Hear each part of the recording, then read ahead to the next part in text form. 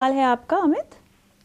Ma'am, मैंने IREDA bike कर रखा है, 300 क्वांटिटी है at the rate of 256। Okay, और कितना समय आप इसको देना चाहते हैं? 3 से 6 महीने। 3 से 6 महीना, डिसेंट अमाउंट। गौरांग, हमारी पहले भी बात हो चुकी है रेडा पर आपके साथ। बताइए, 256 इनकी बाइंग प्राइस है, 6 महीने तक ये रह सकते हैं। देखिए कविता, अमित जी को मैं एक नम्र विनंती करूंगा कि अगर आपके पास समय की पाबंदी नहीं है तो समय सीमा बढ़ा दीजिए।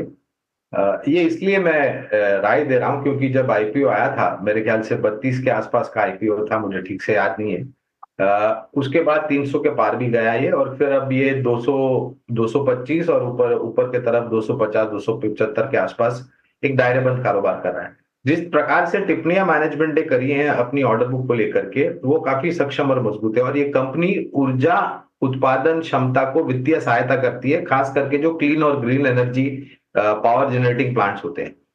और छोटी मध्यम अवधि में यहाँ पर कुछ होता नहीं है इस प्रकार की कंपनियों में। अगर आपको छोटी मध्यम अवधि के लिए कारोबार करना है तो आपको दूसरे किसी क्षेत्र पर ध्यान देना चाहिए। लेकिन आप power financing, power generating, capital goods, engineering, defence, railways वगैरह क्षेत्र में निवेश करते हैं तो आपको नजरिया लंबी अवधि का लेना चाहिए। ये राय मैं उस आधार पर दे रहा हूं, जब आईपीओ नोट हमने निकाली थी उसके आधार पर दे रहा हूं। तो हो सकता है तो समय परिवर्तन कर लीजिए और लंबी अवधि के लिए बने रहे। बिल्कुल, लंबी अवधि के लिए बने रहने की सलाह इरेडा पर स्टॉक में अच्छा खासा रिटर्न्स भी पिछले कुछ महीनों में दिए हैं। आगे बढ़ते हैं अमित। राम प्रवेश जी, हम जियो फाइनेंस और उज्जीवन इन दोनों पर राय दे पाएंगे, और बाकी जो आपका स्टॉक है वो हमारे कवरेज क्षेत्र में नहीं है। तो हम उज्जीवन स्मॉल फाइनेंस बैंक और इसके साथ ही जियो फाइनेंस पे आपको राय देते हैं। चलिए, उज्जीवन स्मॉल फाइनेंस बैंक का 45.5 रुपए के आसपास इन्होंने लिया हुआ है और 350 के भाव पे जियो फाइनेंस इन्होंने लिया हुआ है। बताएं गौरांग सर, क्या करना चाहिए? बने रहे। लंबी अवधि का नजरिया है तो हमें लग रहा है कि जो भी सरकारी बैंक है, निजी क्षेत्र की बैंक है, स्मॉल फाइनेंस बैंक है, या फिर माइक्रो फाइनेंस कंपनीज है, या फिर मजबूत एनबीएफसी है, आने वाले समय में ऋण की मांग बढ़ेगी और उसके आधार पर नतीजे अच्छे आएंगे। तो उज्जीवन फाइनेंस में मेरे ख्याल से अगर आप हमारे लक्ष्यांक की बात करते तो करीबन 52 के पार के लक्ष्यांक है उज्जीवन फाइनेंस पर लंबी अवधि के लिए बने रहे।